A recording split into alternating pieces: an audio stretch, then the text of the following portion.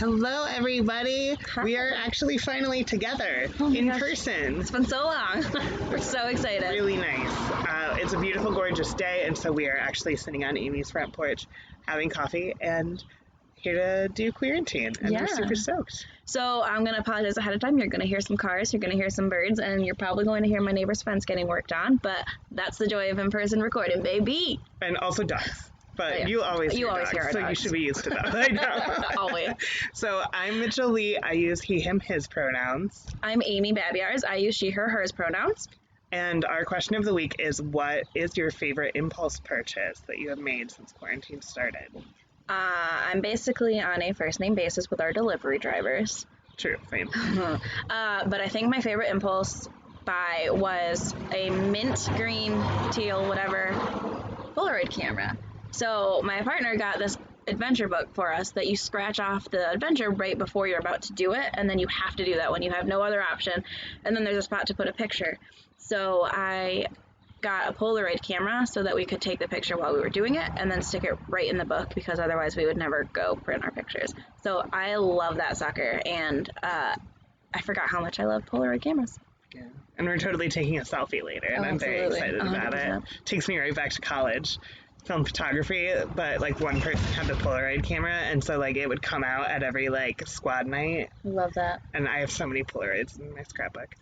For me, I am getting ready to move into a new place, and my partner and I are both ex-employees of, or cast members, ex-cast members of the Walt Disney Company, Walt Disney World down in Orlando. So, of course, our first home together is entirely Disney themed, because it wouldn't be our house if it wasn't.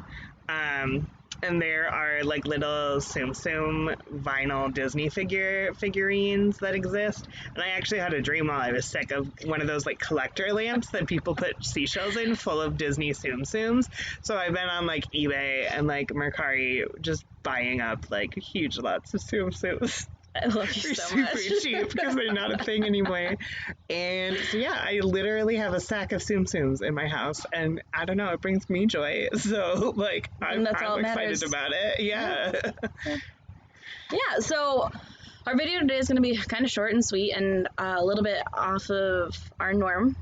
So we realized that we've been bringing all this content, and we've been working super hard on getting a Pride Month set up for you all online, but then we also realized that we're a couple of really new faces, so we wanted to sort of bridge that gap, and we're just going to do a little get to know the creators video today. Yeah, and the actual calendar for FLX Pride Revived is live on our Facebook page. If you look up FLX Pride, it'll pop up. All of the events are listed as events on Facebook, but I also just yesterday posted the physical calendar, so you can check that out. And we do still need some volunteers. A lot of stuff is remote, helping moderate comment sections to keep them safe spaces, things like that. So if you're interested in getting involved too, like feel free to check out the sign up. I put it in a link with the calendar as well. We're a week away, believe it or not. We're very close. So we're super excited. We've worked so hard. Yeah. And we're gonna have so much fun. Yeah. So Amy and I both are locals, right? Like we're from the Finger Lakes region originally. Yes. So where are you from? Where'd you go to school? So I'm from Waterloo. It's a teeny weeny little village, but as a child I went to St. Mary's in Waterloo. It unfortunately closed at the end of my 7th grade year. So for 8th grade, I hopped over to St. Francis St. Stephen's in Geneva, and then for high school, I went to DeSales. So I'm from Waterloo, but I've been in the like Geneva area, and I've had friends in the Canandaigua area since I was 13. So it's been a long time. Yeah. What about you? Well, I am from the thriving metropolis of Stanley with the beautiful cabbage fields and cornfields and pumpkin patches, which suits me just fine. And so I actually attended Marcus Whitman, so starting in Gorham Elementary, back when Gorham versus Rushville was still a thing, and then up to the middle and high school there. So I looked a little different back in high school, we'll give it that, but I'm the same person I've always been. That's kind of how authenticity works. Yeah, so when I was in high school, I was very angsty. And Who wasn't, honey? so I had to wear a uniform because it was a Catholic school, but I made it my own. And I had very dark eyeliner around my eyes at all times. Same. And a lot of jewelry. And I had knee-high lace-up Converse. Oh, it was a look. It was a decision that I made, and I went with it. I was also a Converse gay in high school. I wore the high tops. I never got like the really, really tall ones. Oh, mine went like up to my knee. Like they were so go-go boot Converse without the heel. It was. I made a choice. And yeah, I spent a lot of time at Hot Topic, and you know, I'm a little more mellow appearing now, but the emo kid, once you're emo, you never really go back. Yeah. So, yeah. I feel like the subject areas that you were really into in high school say a lot about you as a person. So what, like, parts of school were your favorite as far as, like, content? Maybe not necessarily the teachers or whatever, but what do you like to study? Well, so I will also say, like, my teachers were amazing. So I had 94 kids in my whole school. I graduated with 24 kids, I think. So I loved all of my teachers. We were very close. So my two sisters went to school before me, so they already knew my sisters. We are all as different as can be. But I had great teachers, too. My favorite subjects were absolutely English and art. Didn't really have much use for phys ed. Didn't really have much use for science. I enjoyed earth science because I love rocks and crystals and all those things, but chemistry and I did not get along, and I didn't even bother with physics. And I'm not a good math person at all. There's a reason I'm a social worker. Maths and I did not get along, but I did art as much as I could. I did all of our music classes as much as I could. And I actually performed a NYSSMA solo my senior year. So I went to the New York State Musical Association. I don't know. It was some sort of like contest. I did a vocal piece. Did you ever do all counties? I did not. So we actually, my school, because my school was so small, we didn't really have choir or music things until a teacher came along in the middle of my junior year, maybe. So we didn't have a ton of options. Yeah. I was a lifelong soprano, believe it or not. Third grade all the way up till graduation. I was very involved in chorus and jazz choir, and Glee was very popular, especially for those of us desperately looking for representation. So, like, we desperately wanted an a cappella club, and, like, we did what we could. We also had what was called women's ensemble that was, like, a select choir, too. So I was in that, and I liked being in that because I was in that, I was allowed to wear pants instead of a skirt. It was awesome. It was awesome. But, yeah, for me, when I was in school, I loved my journalism classes. Like, I love writing, and I do well in English, but journalism was just so much more fun because I really got to like get to know people and physically put something together, and like I still have a lot of those roots in how I function now. But one of my favorite classes besides history courses, which also I just find fascinating, was I actually took an applied algebra class, which was kind of my way of getting out of having to take trig because I didn't want to take trig. And the teacher, Mr. Sohn, who is still like a huge inspiration to me, like he really like took the time in that course to show how math applies to real life situations. Like he taught us how to code break in that class. Wow. And we like learned about like financial math, and we learned about how algebra goes into like different like real life applications. And like I'd been thinking I was bad at math my whole life and that I couldn't do math and math wasn't my thing. And then I took this course where like, wow, it turns out that once you're actually applying it to something, like it's okay. Like he really gave me confidence back in my ability to do math. Man, I wish I'd had that class. Yeah, I loved that class. It was the best class I ever took for my self-esteem for sure. I also forgot I took French in high school and I loved it.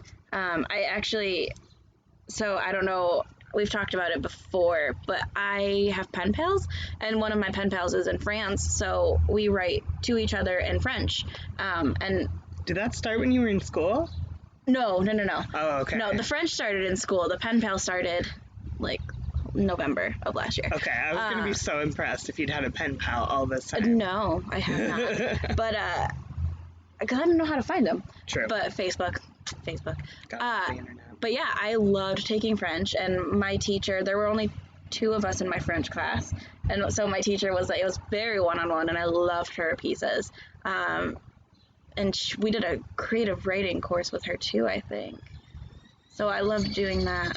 Yeah. That's a good like segue into like what are some of our hobbies and like things that we do outside of work. I feel like we're both very eccentric people. Yeah. So like you have pen paling, and then what else do you kind of do? So I love writing. Actually, you know this, but I actually have a book that's going to be coming out in October-ish, fall event. So I'm very excited about that, and it's very important to me in my writing that my protagonists are always LGBTQ. So I'm super excited about that. Yeah, represent that. So I write, I play piano and guitar and ukulele, and I sing. I recently have gotten into gardening. I don't really have a green thumb. I'm teaching her. It's true. Yeah. We were about to record, and Mitch looks over and he goes, I need to get that wild mustard out of here before I leave. And I was like, which one's the wild mustard? So Mitch is helping me garden, and I love it. But my partner and I got a lot of really cool flowers, and we got a trellis for our backyard, and our landlord is super chill, so he's like, do whatever, I don't care. So that's awesome. And I, this spring, have gotten into bird watching. So I've got a hummingbird feeder and a couple of bird feeders, and it's very exciting. So yeah, am I missing hobbies? I don't know. No, I do a that's lot. pretty much you. Collect stickers. Do a lot of different things. Yeah, she has a very, very strong sticker Actually, collection. I brought it out because we were trying to figure out like what we could balance my computer on. So I need y'all to see that like this. Yeah, it's full. This is my sticker collection. And I'm very organized, and that is a recent obsession I've gotten into as well. So apparently I never grew out of it. Yeah. Yes. Some things are meant to be grown out of. I firmly believe that. Like, if it brings you joy. Yeah, exactly. We keep saying at the end of the workday, bye, I'm going to go play in the dirt, because that's really what we get to do when we're gardening. Gardening is, of course, like a big thing for me, and a lot of that comes from growing up in a rural area. Mm-hmm. And my dad is a huge plant guy, and so I've learned a bunch from him, and now I'm applying that. A fun fact about me that some people know, some people don't, is my background is actually in art and design.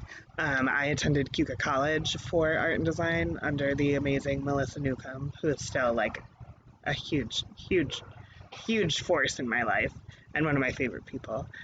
So I am actually like a professional painter as well as a full-time advocate now.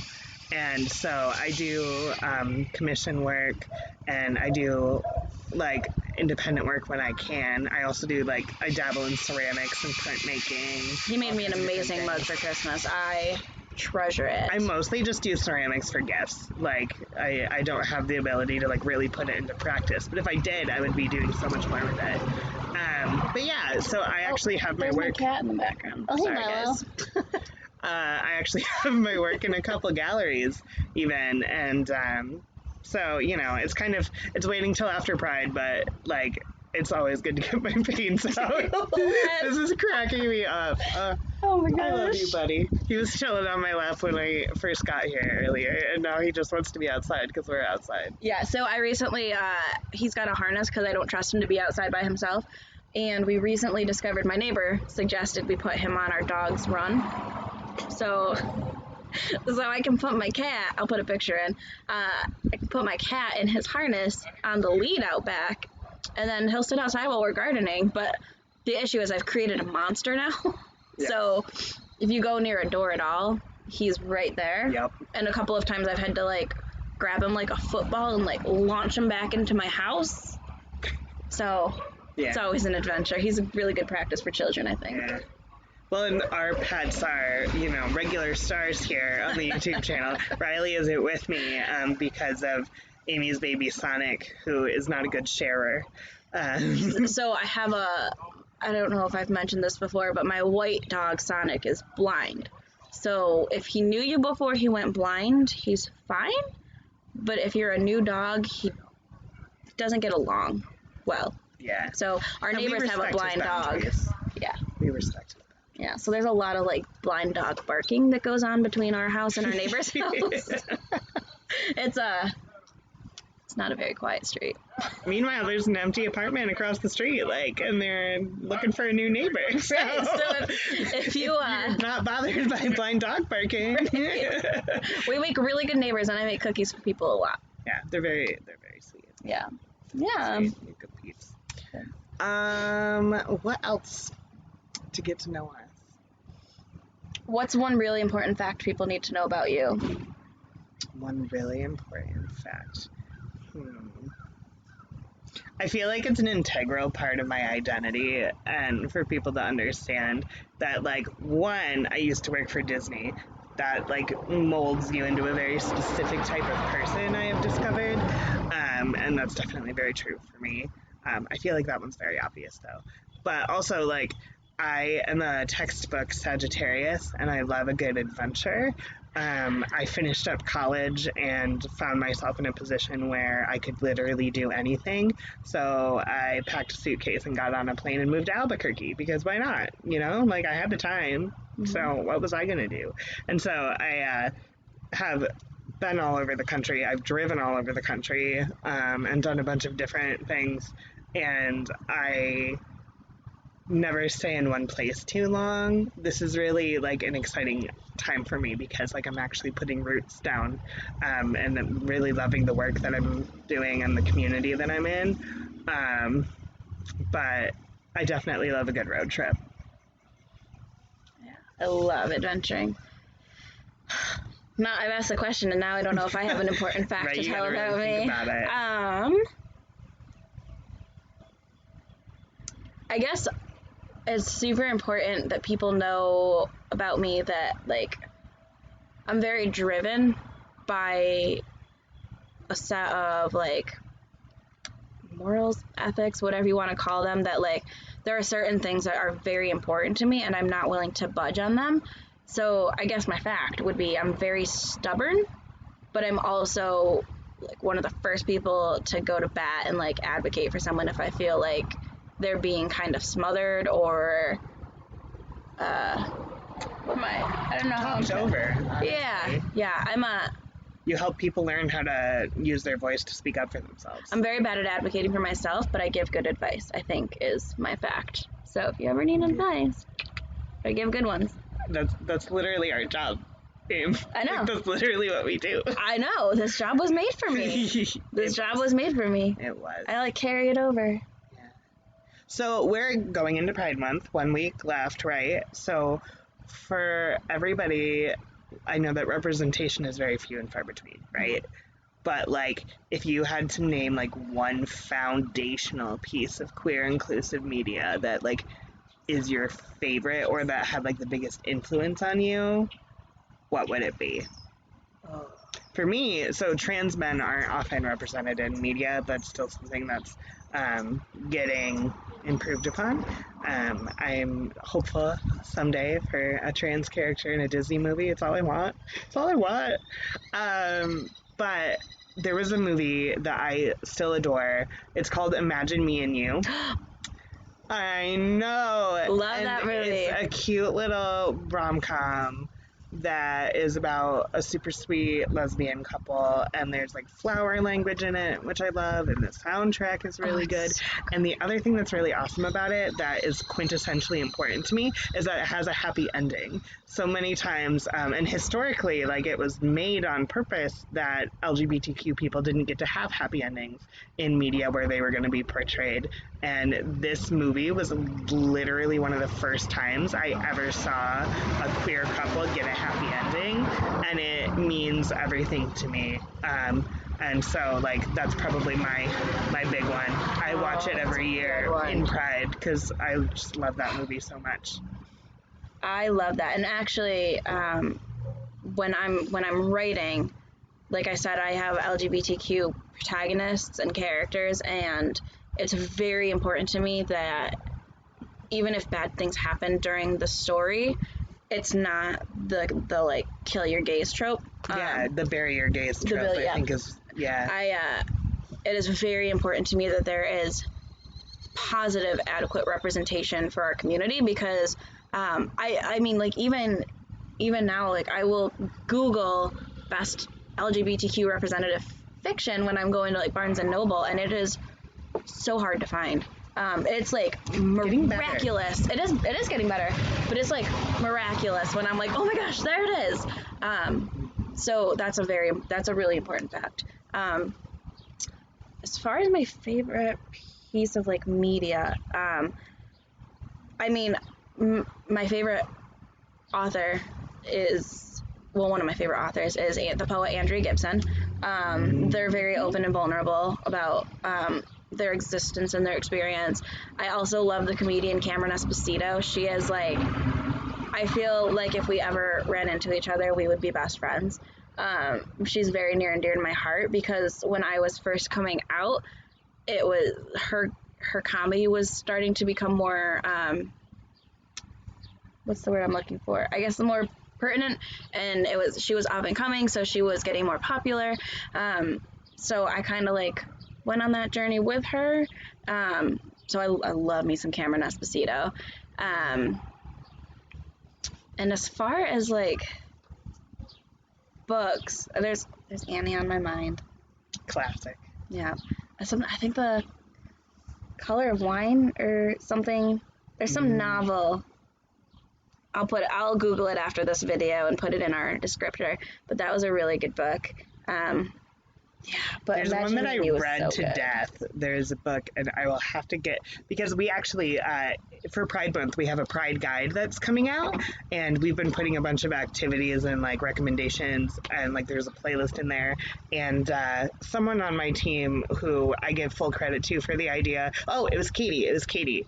Katie had the brilliant idea of a book list going in the Pride Guide as well. So I actually pulled together a book list. One of my favorite memories from last summer, back when things were different, was going down to Cape Cod, actually, which is why I grabbed this mug.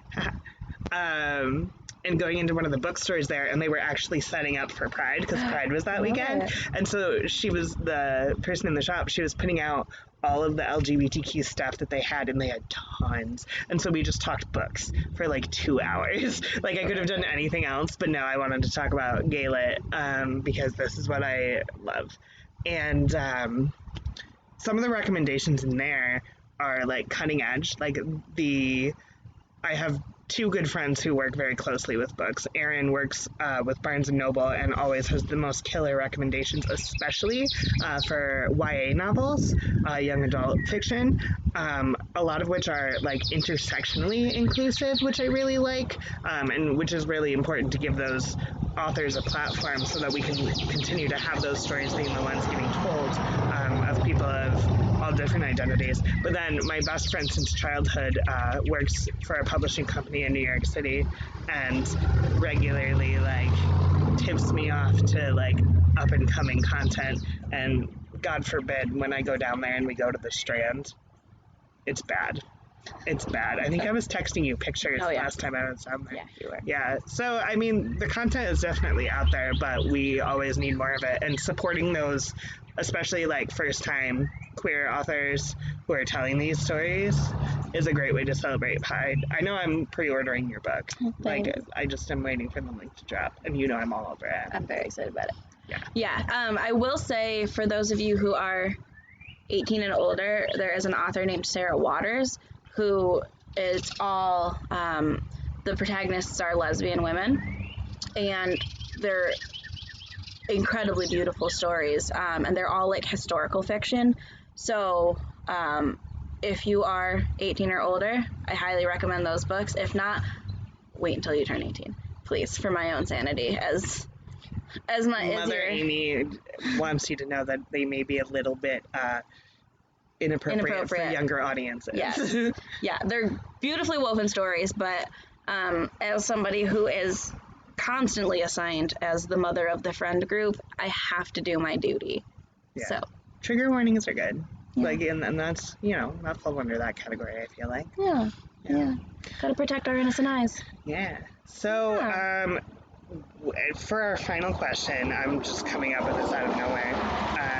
Like, what do you feel is, like, a food that, one, you love, but two, like, best represents who you are as a person? It has to be something spicy. I don't like spicy food. Oh, that's true. That's true. Because for me, everyone knows that I'm all about popcorn. Like, I love popcorn. You and Sarah both. I'm literally growing popcorn, and I brought Sarah some popcorn seeds so that she can grow her own too. Literally, it's like, what's for dessert? Do you want to make popcorn? And I'm like, I don't want to make popcorn. And she's like, but you make the best popcorn. So I always make popcorn for dessert. So. Cameron's best friend, who is also my best friend now, Danielle, I've stolen her, she's mine. When I was sick, she ordered me a family pack of Wegmans popcorn, and it's almost gone, and that was like a month and a half ago. I love popcorn. So good. But yeah, it like pops up wherever you need it. It's like universally acceptable and accessible, and it is salty, and I can be very salty, but I can also be very sweet, and so can popcorn. So, I guess if I had to choose a food that would represent me, it might be like chocolate covered potato chips. Yeah. Yeah, right? So, my initial thought was sour cream and onion potato chips because those are my absolute favorites. And I eat them so much. But they're not like they're just savory, and I feel like similar to you, like they're very sweet, but they can be a little more like harsh if you dip them in dark chocolate, and a little bit more like here I am. And then when you get down through the chocolate, they're very salty and crispy. And Mitch and I have really built our platform on being sweet when we need to be, but also very like spicy and salty when we need to be. I think I sent you a text the other day that I was like, I'm the spicy and you're the sweet, and together we balance and make savory. Yeah. Yeah. We went out for burritos after we did the delivery of the Pride flag to City Hall for Pride Month. We went and got takeout from our favorite burrito place, and there was like on the board, there was a sriracha bottle and a salt shaker, and I was like, it's us. Spice and salt. But yeah, it's really like important as advocates to kind of like have that ability to be firm when we need to be, and to get things fixed when they need to be fixed. But I feel like we're quintessentially just like a couple of marshmallows. Yeah, But we're very sweet until we need to step in. And Mitch and I often are like, I don't want to say like good cop, bad copping it, but Mitch is very gentle, and so I usually let him like go in first to kind of lay the groundwork, and then if it's not sticking, that's when the reinforcements come in. That is true. Yeah. That is true. We make a good team together. Yeah. So we are the team that's putting on Pride, and we would love to hear from you. Answer any of these questions below, but we will also put the names of the books that we mentioned that we could not think of the titles in our comments, and we'll put a link to the calendar. Yeah. And you'll be seeing us a lot next month. Yeah, so we'll be back next week, and then Pride will be here, and there's a lot of exciting stuff coming with that. So Take care. We'll see you soon. Bye.